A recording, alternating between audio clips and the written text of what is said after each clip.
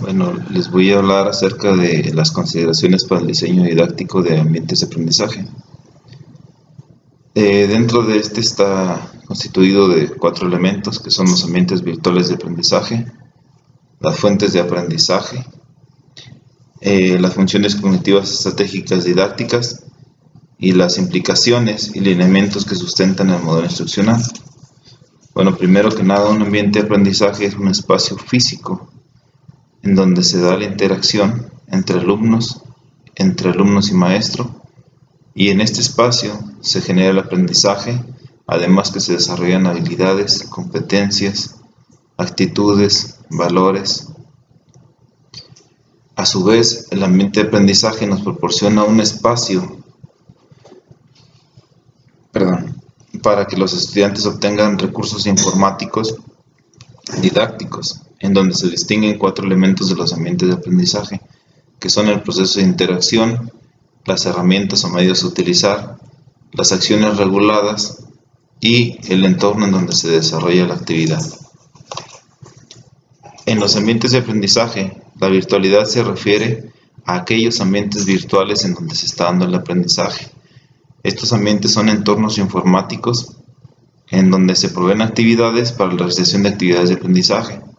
En estos ambientes se pueden distinguir dos elementos que son los constitutivos y que son los conceptuales. En los constitutivos se refiere al medio de interacción, que es el lugar o la forma en donde se está dando el aprendizaje, en donde se intercambia la información, el espacio físico, que es el lugar o el espacio donde se está desarrollando, los recursos que pueden ser escritos, imágenes, hipertexto, etc., y las relaciones psicológicas, que son las que regulan la interacción con el computador.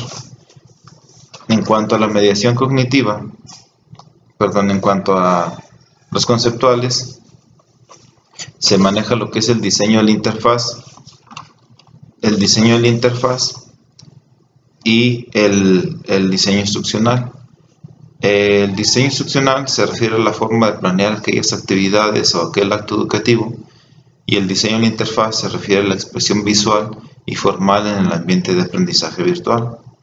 El diseño de la interfaz se debe diseñar en base a la propuesta didáctica, la cual nos permita orientar la interfaz con el modelo instruccional, y a su vez debe permitir conducir el diseño de los ambientes de aprendizaje. Esto se logra mediante la vinculación de la propuesta didáctica y el diseño de la interfaz, conocido como el esquema general de navegación. A su vez nos permite leer la propuesta didáctica, lo cual involucra ciertos elementos como son el programa del curso, la calendarización y evaluación, las vías de comunicación y también los recursos. Además del espacio de intercambio. ¿Qué es el espacio de intercambio? Bueno, pues son los foros, el enlace, las videoconferencias, los grupos de discusión, y las vías de comunicación se refiere a los correos, chat, videoconferencias, etc. En las fuentes de aprendizaje, en el diseño de ambientes virtuales educativos, de acuerdo con Herrera, esto puede desencadenar procesos cognitivos que pueden ser de asimilación y de acomodación. Para generar este tipo de condiciones es necesario tener materiales didácticos, un contexto ambiental que se refiere al entorno donde se desarrolla la actividad, el entorno del alumno, y una comunicación directa entre alumno y docente. Las funciones cognitivas, estratégicas, didácticas y elementos constitutivos de la interfaz, según Herrera, propone 2 funciones básicas, que son la provisión de estímulos sensoriales y es la mediación cognitiva. Bueno, la provisión de estímulos sensoriales se refiere a la capacidad de las nuevas tecnologías para estimular los sentidos de los educandos o de los estudiantes, y la mediación cognitiva se refiere al tránsito de ideas o al tránsito de información que surge entre las estructuras mentales de los sujetos durante el acto educativo. La interfaz de estas dimensiones y la provisión de los estímulos sensoriales se da cuando aplicamos las nuevas tecnologías en el proceso de aprendizaje, y esto crea una interfaz cuando desplegamos nosotros información, ya sea mediante textos, mediante imágenes, mediante videos, y esto se hace a través de la estimulación de, vamos por así decirlo, de dos estímulos sensoriales que se derivan en dos dimensiones, que son la dimensión atencional y la dimensión motivacional.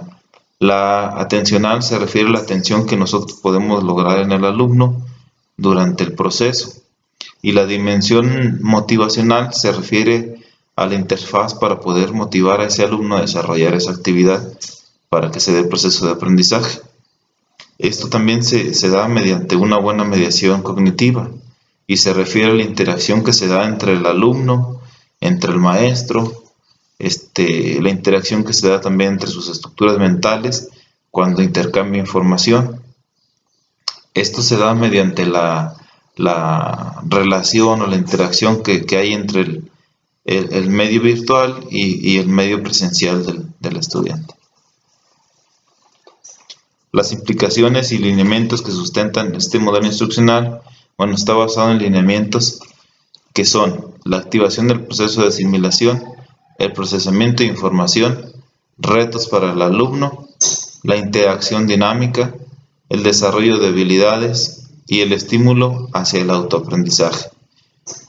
Además, deben de considerarse unos lineamientos para el diseño de la interfaz, que son la promoción al acceso al entorno social y natural, la administración de recursos atencionales y motivacionales, como ya lo hemos mencionado, y esto conlleva a 3 fases del modelo instruccional, que son la prescripción, la instrumentación y la operación y evaluación. ¿En qué consiste cada una de ellas? Bueno, la prescripción se refiere a los resultados que se esperan o se desean obtener durante el proceso instruccional.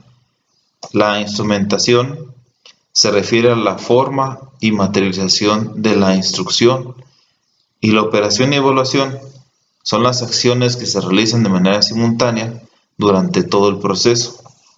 Para ello es necesario utilizar los objetos generales, que son los objetos declarativos, procedimentales y actitudinales. Los declarativos se refieren únicamente a los contenidos, los procedimentales al desarrollo de habilidades y los actitudinales al desarrollo de actitudes y valores.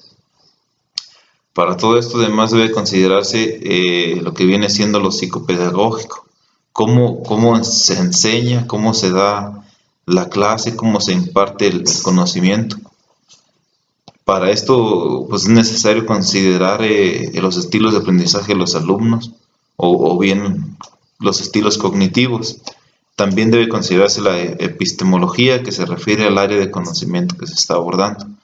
¿Cómo se debe hacer? Bueno, o más bien, ¿qué debemos preguntarnos para poder establecer un buen ambiente de aprendizaje? Bueno, ¿qué queremos enseñar y qué se debe de aprender? ¿Cómo aprenderse y cómo enseñarse los contenidos? Así como también cuándo debe aprenderse y cuándo debe enseñarse. A grandes rasgos, esto es mi presentación acerca del tema. Espero les haya agradado. Tengan muy buenos días. Hasta luego.